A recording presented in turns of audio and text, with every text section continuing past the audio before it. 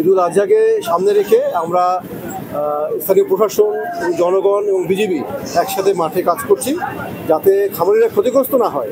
সেই জন্য ভারতীয় গরু যাতে না আসতে পারে আমরা সীমান্তে কড়াকড়ি করছি এবং এর মাধ্যমে দেখতে পেয়েছেন বাজারেও আমরা রাউন্ড দিলাম, এখানে ভারতীয় গরু নেই, যে কারণে খামারিরা ন্যায্য মূল্য পাবেন আমরা বিশ্বাস করছি।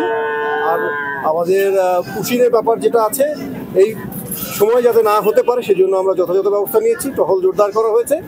এরকম আরেকটা বড় কাজ হচ্ছে গিয়ে কোরবানির পরে পশুর চামড়াগুলো দেশের বাইরে চলে যায়, এটা যেমন না যেতে পারে সেটার জন্য আপনারা আমাদের তথ্য দিবেন এবং আমরা দেশের উন্নয়নে সবাই একসাথে কাজ করব।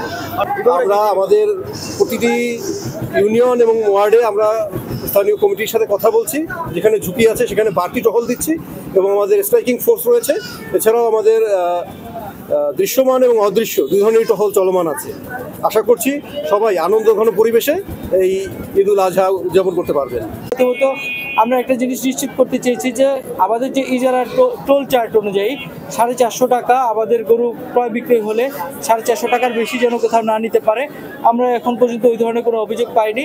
পাশাপাশি আমাদের এই বাজারগুলোতে আমাদের যেহেতু সীমান্তবর্তী এলাকা, আমাদের বিজেপি যথেষ্ট সতর্ক রয়েছে সীমান্ত দিয়ে যেন আমাদের অবৈধভাবে কোনো গরু না আসতে পারে সেটা নিশ্চিত করা হয়েছে। এবং আমরা বাজারে দেখলাম যে আমাদের দেশীয় গরুর বাইরে থেকে কোনো ধরনের গরু এই বাজারে আসেনি এবং এটা আসার কোনো সুযোগও নেই।